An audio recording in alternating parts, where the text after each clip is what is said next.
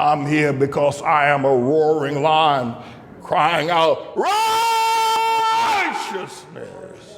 I told you that that lesbian woman gave me a hot shot and wrote a false report. And I went blind in my right eye. And I was blind. I mean, I couldn't see nothing out of my right eye. For 5 years, I was blind. Now, I didn't tell anybody because, well, I didn't want it to get back to her, even though she knew she did it. And I didn't want to trouble you. No big thing. I still got my left eye. I see, I'm left-handed anyway, so I see out my left eye. I'm good to go. I can still drive. But my sight is coming back. Most of it. And I give God the praise.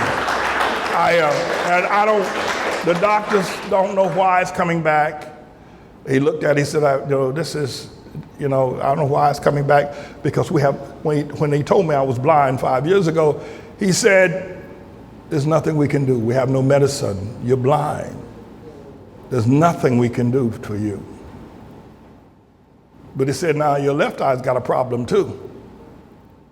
Keep checking in with me to make sure if that starts going bad, we can have surgery on that. In fact, he told me a year ago, I should have surgery there on the left eye. I haven't been to see that doctor in a year now. And the reason why I haven't been to see him is because if you've ever been to a retina specialist, the place is always filled with people. And my particular optometrist, a doctor, ministers to a lot of Asian people, Chinese, Korean people. The place is lousy with them sitting up in there. And it's always packed. It always takes 3 hours to get the full treatment. They start out with an eye exam, this, that, and the other, and you go from one place to the other, until finally the doctor calls you in and tells you what he sees. It's 3 hours, you gotta sit there among them people. I made the commitment. I'm not going to that office again because COVID is there among somebody, and you gotta sit right close to one another. I'll take a chance on going blind, because even if I'm blind, I can still preach. I mean, if I'm blind, I was blind for 5 years. You didn't know nothing about it. I preach, you didn't know nothing about it. I was blind as a bat for 5 years. You didn't know nothing about it. But I'm gonna tell you about my commitment, though, to what I'm trying to say. What I'm trying to say is this, is that I'm willing to, because if I go out and I get COVID and I'm hospitalized at my age, leadership is going to be very difficult here. Not that we don't have good second-man leadership. We have great second-man leadership. But I told Jesus, I'm willing to go blind rather than going back to that doctor or going to any doctor's office for that matter. Because if I'm blind, I can still get up and preach. But if I'm dead, we're all in trouble. I don't know what kind of sacrifice you're going to make. We can solve this issue. Now, I have to tell you that if we win either one of those 3 cases in the appellate division and the Department of Environmental Protection exemption, we get our money back. The matter gets turned over, we get our money back, and we're probably potentially able to sue. But the courts may not be able to wait. Mellon Bank is pushing to get a foreclosure, to get a sale. They're pushing. The judge had to push back. First time a judge has spoken favorable about us in years. Stand up, would you please? I'm thankful for what John the Baptizer did.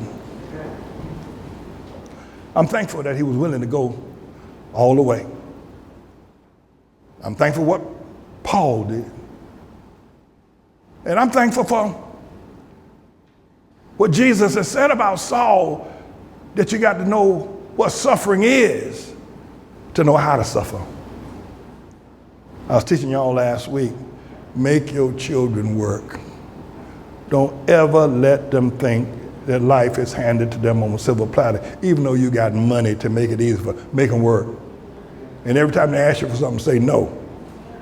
You say, well, my son was just asking me for the permission not to ask for anything anymore. Still the answer is no.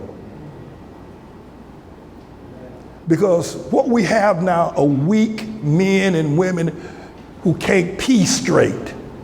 Because they've not been through anything. Everything been handed to them. And if that ain't bringing in no money, they can always go to welfare.